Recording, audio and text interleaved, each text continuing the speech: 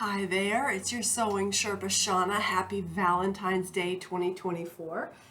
And so today I am in one of my last days of quarantine after getting a gnarly case of the COVID situation. So we're going to go to the park. Me and the love of my life are going to go to the park a little bit later and just hang out and watch the sunset. So I decided to make him a special gift. I decided that I'm going to make us matching collars and scrunchies. The collars for Watson, of course, the love of my life, and the scrunchies for me. So I'm going to take you through this tutorial. This is Valentine's Day thing number 2, or Valentine's month, heart month. So I have this plain old cotton with some red hearts on it, little sparkles and stuff. I like sparkles. Watson likes sparkles too. And here we go. Let's see if we can do it. This is improv, so work with me. All right, so I've got my fabric here. Now I'm gonna make a collar for his girlfriend, Haley. Don't tell her though, you know what I mean? So I've got a collar of his that fits really well. It said, they have all this extra stuff because they're trying to make it fit tons of different dogs, but I'm just gonna do a quick leash collar. So I'm going to do it to this length and not put the adjustment strap on it. I found some leftover hardware from a bag that I disassembled a while ago. Same as this, it's a 1-inch hardware. I found an old D-ring in my stash. That'll be to hook his leash up to when I leash him. And then I have Haley's collar, but I'm just going to do one right now. But I couldn't find any smaller items in my stash, so I'm going to disassemble this cheap collar from Walmart that I got for I don't know, I think they're like $3, but I'm just going to use the hardware from this to make her collar from. I'll put that to the side because that's for later. So first of all, I've cut a strip of this Pellon number 809 deco-bond, and it's a heavyweight stabilizer. And I decided to cut the piece twice as wide as the finished collar because I think I'm going to use it doubled, right? So I've got that cut 2 inches wide, and then I'm going to cut it to the length of his collar. Plus, I'm going to give myself 4 inches to play around with at the ends to wrap things around and stuff like that. So this is kind of like a really, just a random length here, but that's how I like it. All right, random. Now I'm going to use this piece to be my pattern for the heart fabric, and I'm going to lay it out here on the heart fabric. Let's see, it'd be better if it's over here on the edge. I'm just kind of watching here, and I'm going to cut it just as wide as this. Plus, I'm going to give myself 1 inch for seam allowance. I really only need a 1/2 inch, I think, but I'm going to do 1 inch extra. So here's how wide this is and how long it is. Right? Wide and long. And then I'm going to take my ruler, and I'm going to give myself 1 more inch in width. It's kind of hard to do because I don't have the whole length here, but this will all work out. It'll all work out, right? As long as you're feeling good enough to go to the park, it'll all work out.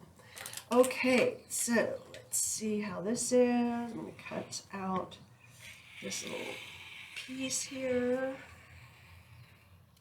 And then I'm going to fuse, nuclear fusion, or fuse my Pellon with the glue side towards the fabric, and I'm going to center it up on this strip of fabric, so like that. All right, so I've got my iron all heated up over here, and this is a pretty tough little piece of stabilizer, but it's still polyester, so it will melt if you don't put something between it and the fabric. Now that I have it there, I gotta double check if it's still squared up. Yep, on that end I like it. This end I could have a little bit more. And like I said, it'll all work out.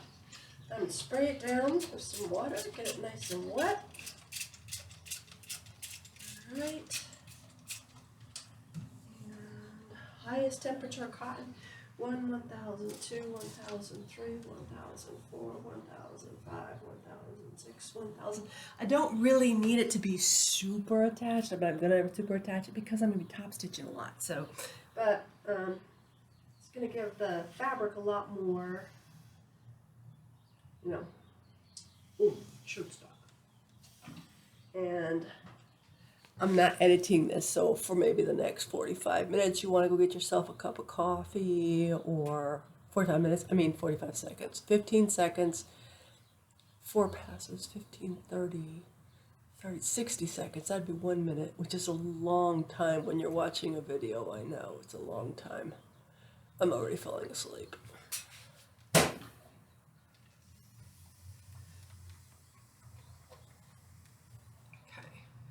All right, so these clasps here, like I said, you know, before you throw out something that's failed, if it's got a lot of these clasps on, save them. I mean, back in the day, these were really hard to come by, but now you can find stuff like this on Amazon and get it overnight, so it's not as save-worthy, but like reduce, reuse, recycle, right?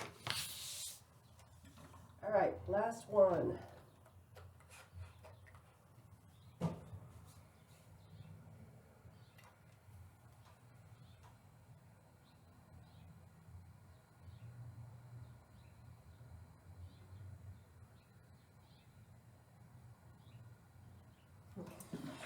All right, tan bueno. So now I got this. So my idea is that I'm going to fold it in half like that, but I'm going to have these edges tucked under. So my next thing is I'm going to press these under along the edge of the interfacing so that that'll make it easier for me. Okay. And I'm not using a press cloth for this. I'm just going to be careful that the iron doesn't touch the fusing, which is polyester, and will melt to the iron and turn it brown. All right.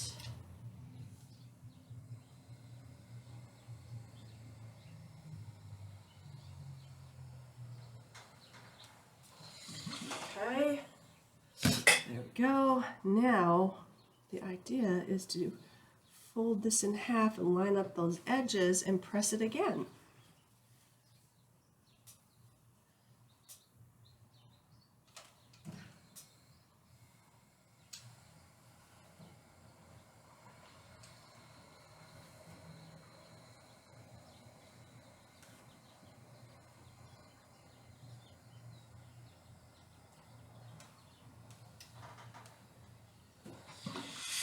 Okay, so now I have my little strip here.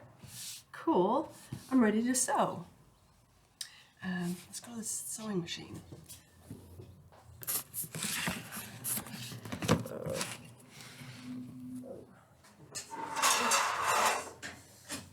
Okay.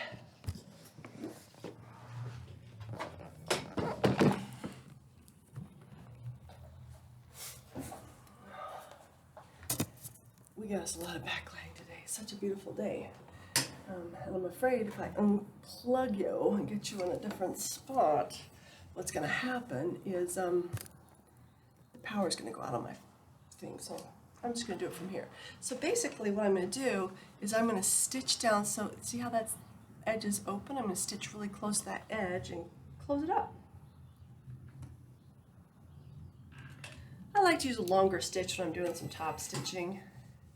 And I'm not going to worry about back tacking because I'm going to be trimming this shorter in a minute, whatever length I need it to be.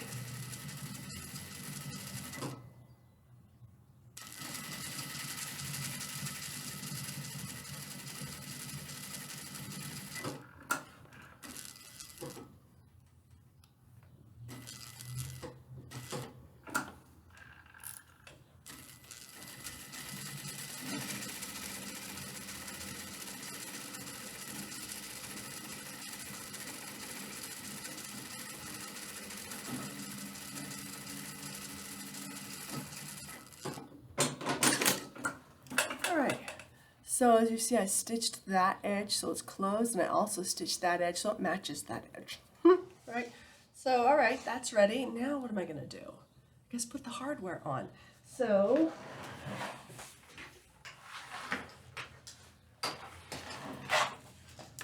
this is my sample collar, and as you can see, I'm sorry, it's like so annoying. It's the name of my blog.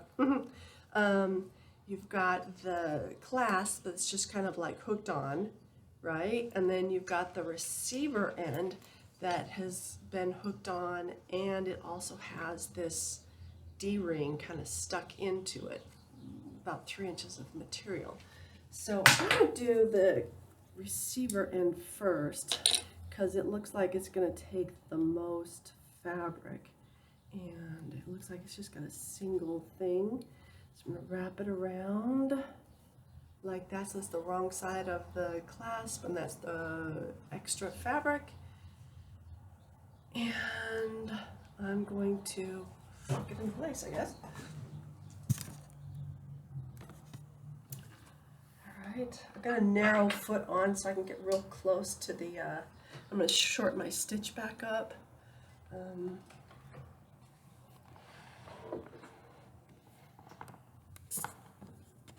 Too far out, you'll fall off and it'll be on the floor. Alright, so stitching forward. This time I will back tack a little bit. In fact, I'm going to back tack all the way to the beginning. So it's double tight, so I'm pretty secure with that. Now I'm going to take this D-ring. I'm going to slide the D-ring on till it's up in that fabric, and I'm just going to stitch close to the D-ring.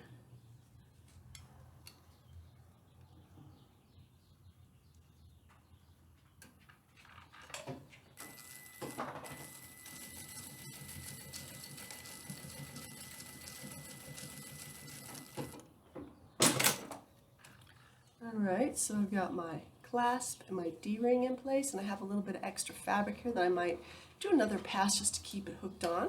So I've got to test my length, which I just tested on once and made sure it was good. And that gives me the indicator for how long, but I need to put this in, make sure I got the right side up. Right, so I'm going to go around here, and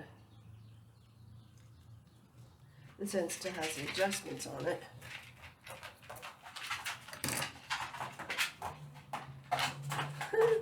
What are you guys doing? You gonna get that bumblebee? You think you're gonna get that bumblebee? Is that what you're gonna do? Don't come to me later. I'm telling you. Alright. Well, that looks good, but then there's something weird on the back. I don't know. That's so you can do the adjustment sliders, which we're not gonna do. So, let's see. I think it might be more comfortable for the dogs if it was under, but it looks good on the top. Oh, who are we kidding? These are not comfortable for dogs. They don't like wearing them. Okay, so this is my length right here. I'm going to put a clip about there. And I'm going to go around, I'll go around that first one.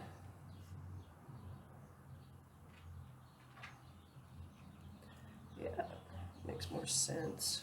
Okay, all right. And now what I'm going to do is I'm going to tack it into place, which means I'm just going to go across once, so it'll be easy to unpick. Watson! Watson, come! Watson, come here! Watson! Watson, come all the way. I see, come. Okay, let's test it. Is it the good size? Oh, it's too long, quite too long. You gotta make it shorter. You gotta make it shorter by like a whole inch. You can't have it like that long. That's too comfortable. So you make it shorter by about an inch. There we go. So that's why I didn't back tack. And I know I have the right side up again because it clasps. All right. Now I'm going to try it nice and tight. And Watsy, come. I know you're just getting comfortable. Come, I say come, you come. Put away. You gonna make me come to you?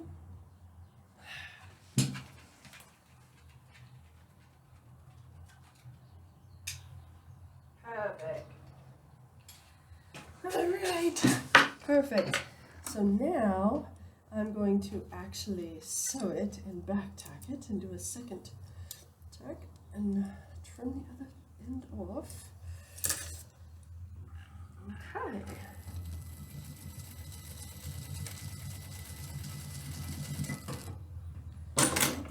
And do a second row. Actually, before I do my second row, what I'm going to do, see if I can find my scissors, is I'm going to trim off this excess here, most of it. And then I'm going to tuck this end under and clean finish it. Oh, why not?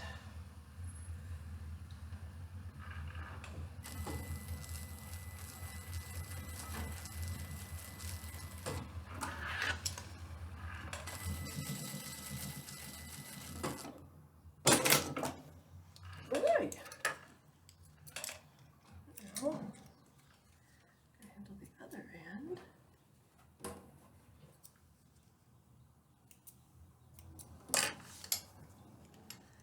Trim that up and tuck that end under for a nice clean finish. Trim it first. And tuck it under. And voila.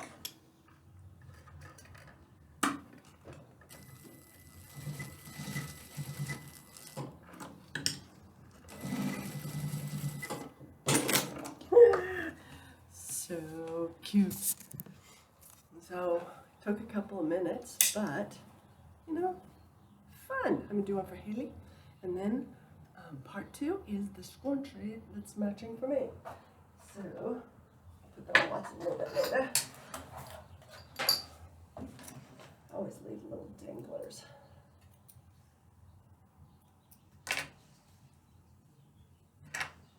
Always trim your danglers. You can always tell someone was in a rush because they left their danglers. Don't do danglers. Okay. Have fun sewing your dog leash and stay tuned for part 2.